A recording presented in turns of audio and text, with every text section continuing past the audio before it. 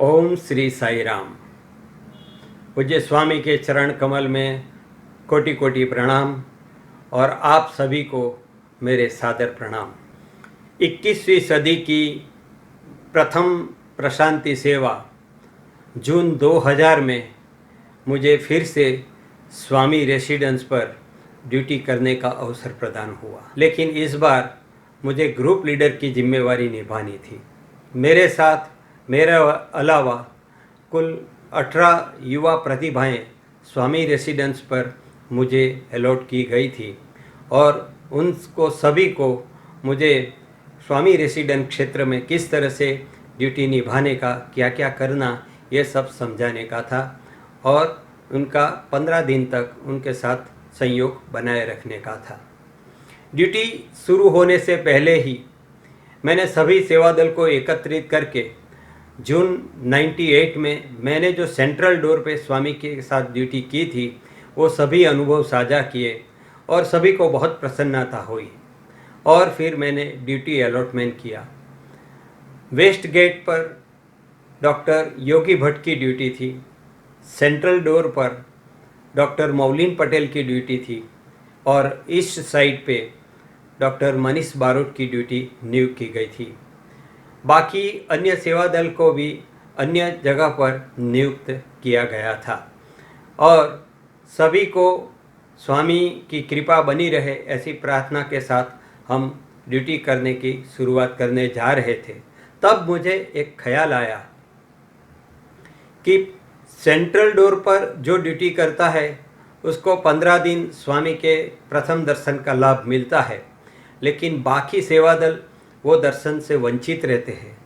सो मैंने भावनावश होके एक योजना बनाई और उसमें सभी सेवा दल को बारी बारी से स्वामी रेसिडेंस के डोर से कुछ एंगल पे खड़े रहने का, जहाँ से स्वामी के प्रथम दर्शन करके उसको अपने ड्यूटी पॉइंट पर चले जाने का ऐसी योजना बनाई और ये योजना सभी सेवा दल को मैंने समझाई और सभी को बहुत प्रसन्नता भी हुई और इस तरह से हमारी ड्यूटी की शुरुआत हुई।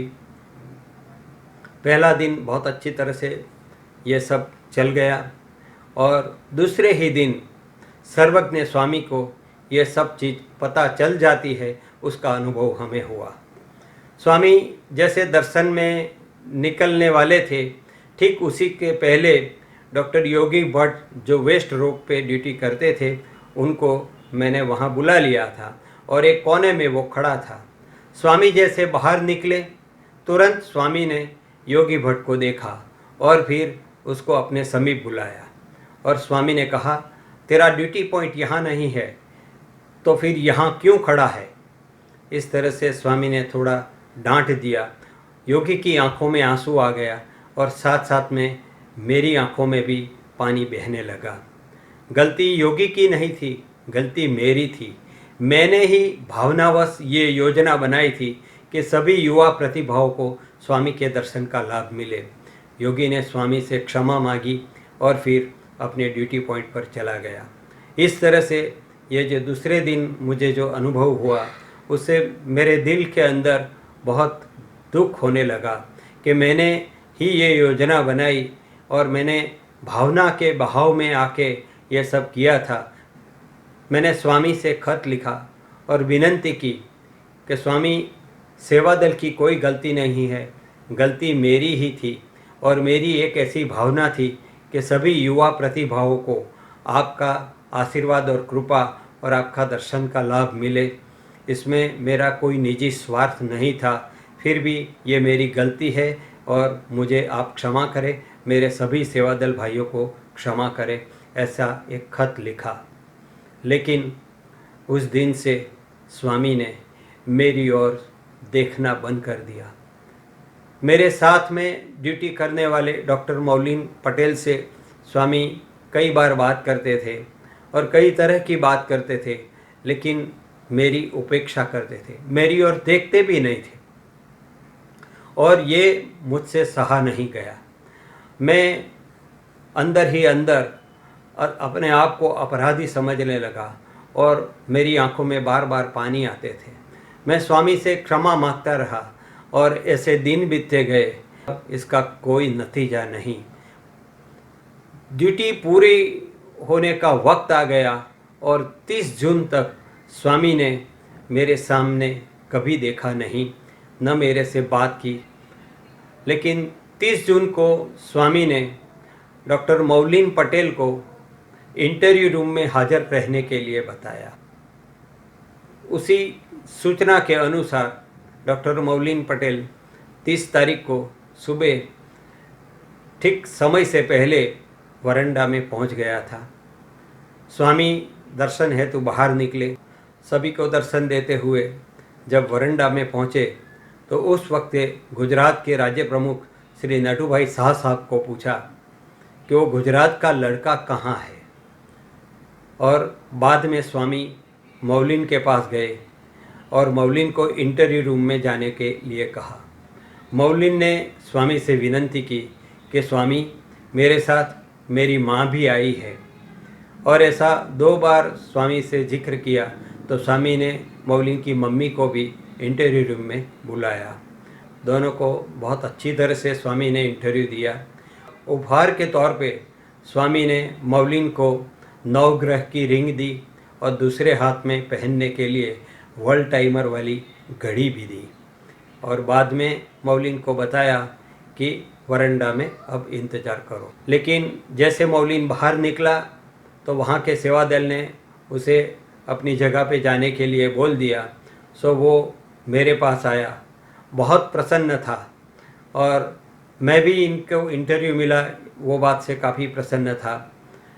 उसने मेरे साथ सभी बातें साझा की। स्वामी ने दी हुई जो अमूल्य भेंट है वो सब दर्शन किया। हमारा ड्यूटी चालू हो गया। अब 30 जून ड्यूटी का आखिरी दिन था।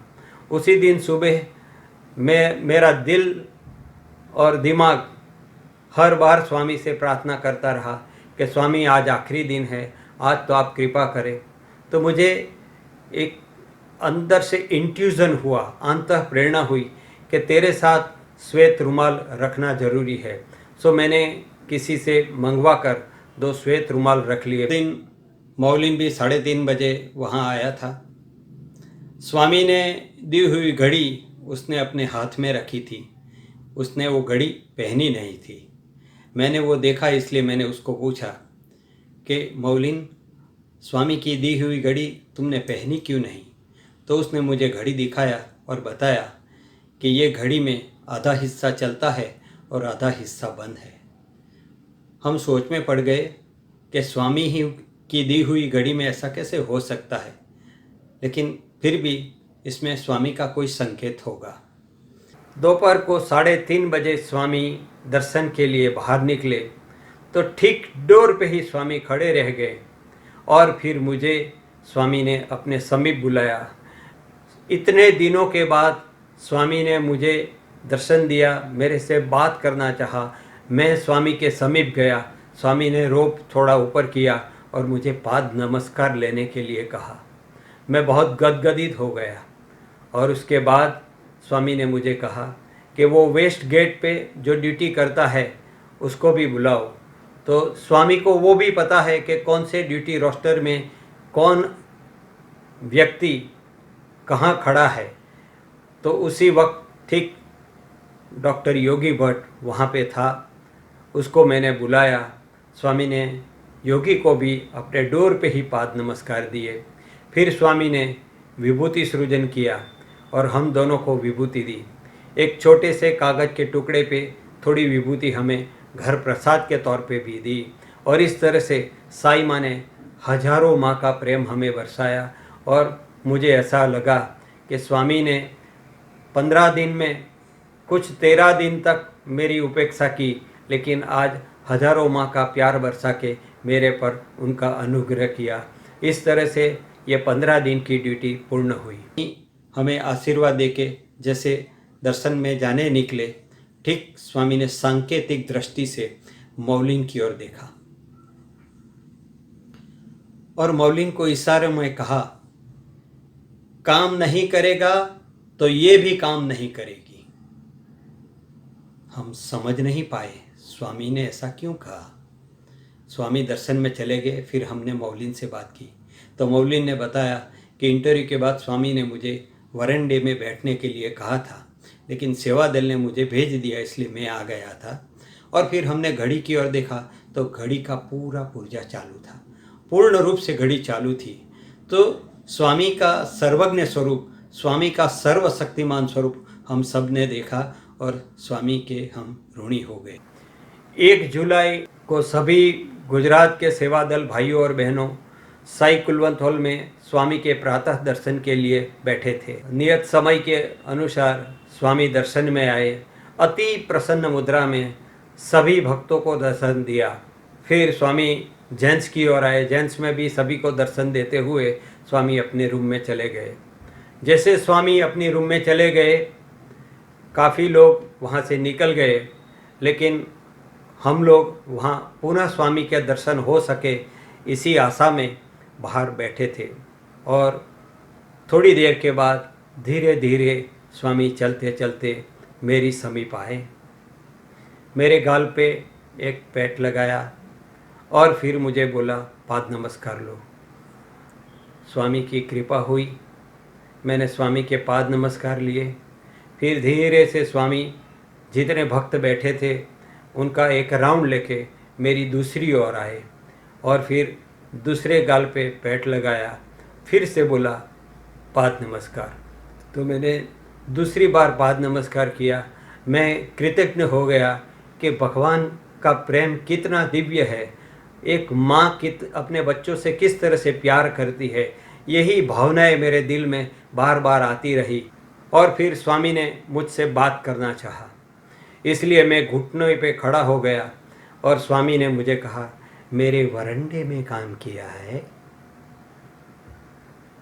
मैं भाव विभोर हो गया। स्वामी ने मेरा बायां हाथ अपने हाथ में लिया और पूरा हाथ इस तरह से अपनी हथेली में उनका दिव्य स्पर्श दिया।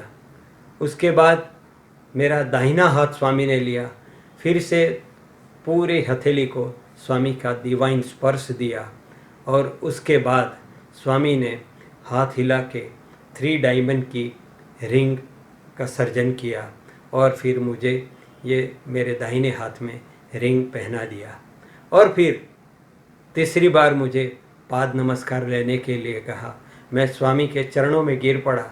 मेरी आंखों से साई प्रेम की धारा बहती रही, बहती रही, बहती रही। इस प्रकार साई माँ ने हजारों माह का प्रेम दिया, लेकिन साथ में एक ज्ञान भी प्रदान किया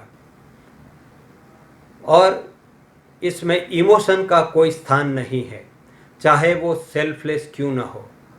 उस दिन से ये मेरे जीवन में एक नया अध्याय शुरू हुआ कि ड्यूटी हमें बजानी है, डिसिप्लिन भी रखनी है, डिवोशन भी है, लेकिन कोई भी इमोशन को अपने मन के ऊपर हावी नहीं होने देना। सभी अपने विवेक जो है उनका सही इस्तेमाल करके फ़र्ज निभानी, तभी स्वामी प्रसन्न होते हैं। और जीवन के हर क्षेत्र में ये शिक्षण हमें काम आता है, चाहे वो व्यावसायिक जीवन हो, चाहे वो पारिवारिक जीवन हो, चाहे सामाजिक जीवन हो या सत्य साई सेवा संगठन की कोई भी प्रवृत्ति हो। ड्यूटी, डिवोशन, डिसिप्लिन, डेडिकेशन, ये सब पाया के सिद्धांत है, इनको अमल में रखने का है। चाहे हमारा स्वार्थ हो या न हो, लेकिन हमें ये बात सुनिश्चित करनी है कि इमोशन अपने ऊपर हावी नहीं होने देने का। इस प्रकार स्वामी की कृपा से हम लोग वतन परत आए। हमारे सभी के जीवन में स्वामी की ऐसी ही कृपा बनी रहे। जय साई राम।